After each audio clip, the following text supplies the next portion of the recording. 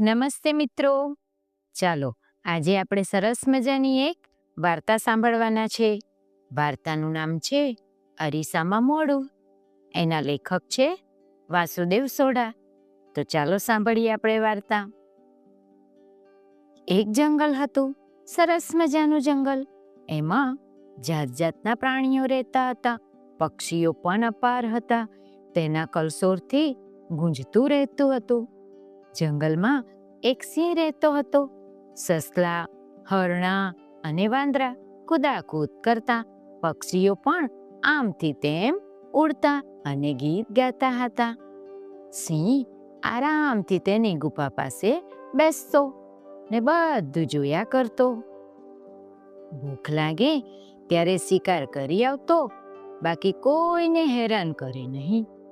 એક દિવસે સિંહ શિકાર કરીને આરામ કરતો હતો ત્યારે એક સસલું કૂદતું કૂદતું કૂદતું સિંહ પાસે આવ્યું અને બોલ્યું, સિંહભાઈ, આપણા જંગલમાં એક નવું પ્રાણી આવ્યું છે. સિંહે માથું ઊંચું કરીને પૂછ્યું, કોણ છે? સસલાએ કહ્યું, એ લોમડી છે ને મળવું છે તમને એમ તે કહે છે. સિંહ વિચારમાં પડી ગયો. લોમડી?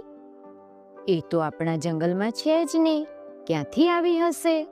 બોલાવો એને. સસલું કૂદતું કૂદતું ગયું અને લોમડીને બોલાવી લાવ્યો. લોમડી માથું ઝુકાવતી ઝુકાવતી આવી. લોમડીના મોઢામાં એક નાનકડો અરીસો પકડેલો હતો. અરીસામાંથી ચાંદરડા પાડતા હતા. સિંહને આ જોવાની મજા આવી. વાહ, લોમડી કંઈક નવી ચીજ લઈ આવી છે એવું સિંહને થયું. સિંહે પોતાની પાસે રહેવા માટે જગ્યા કરી આપી. લોમડી જંગલમાં નવી હતી પણ સિંહ પાસે જ રહેતી હતી, એટલે એના માનપાન વધી ગયા. સૌ પ્રાણીઓ લોમડીને માનપાન આપતા. લોમડી પોતાની પાસેનો અરીસો બધાને બતાવ્યા કરતી. ચાંદરડા પાડતી. બધા પ્રાણીઓ જોયા કરતા. લોમડીને થયું, હું તો કંઈકનું કંઈક બની ગઈ છું. ધીમે ધીમે ઘમંડ આવ્યું, અભિમાન આવ્યું. જંગલમાં મારા જેવું કોઈ નથી એવું લોમડીને થઈ ગયું. એક દિવસ સિંહ તેની મસ્તીમાં બેઠો હતો. લોમડી મોંમાં અરીસો રાખીને આવી. આકાશે સૂરજ હતો. અરીસાથી લોમડી સિંહની આંખોમાં ચાંદરડા પાડવા લાગી. સિંહની આંખમાં ચાંદરડું જવાથી આંખો બંધ થઈ જાય. સિંહ ઘડીક આમ મોઢું કરે, ઘડીક તેમ મોઢું કરે. લોમડી સિંહની મસ્કરીઓ કરવા લાગી. લોમડીને થયું, હું હવે સિંહથી પણ મોટી થઈ ગઈ છું એવું તેને ઘમંડ આવી ગયું હતું. લોમડી સિંહ પાસે જઈને બોલી, તમે કદી તમારું મોઢું અરીસામાં જોયું છે? સિંહ કંઈ નહીં બોલ્યો. લોમડી સામે શું બોલવું? પણ લોમડીને એમ થયું કે હું જીતી ગઈ. હું સિંહથી પણ આગળ નીકળી ગઈ.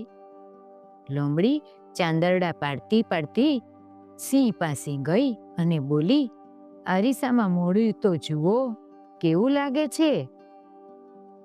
સિંહે એક પંજો ઉછાળ્યો અને લોમડીના મોઢામાંથી અરીસો પડી ગયો. લોમડીને પોતાનું જ મોં અરીસામાં દેખાયું અને એ તો બી ગઈ. બીને એવી ભાગી, એવી ભાગી, એવી ભાગી, એવી ભાગી અને જંગલ છોડીને બહાર જતી રહી. થર થર થર થર થર ધ્રુજવા લાગી. માંડ માંડ જીવ બચ્યો.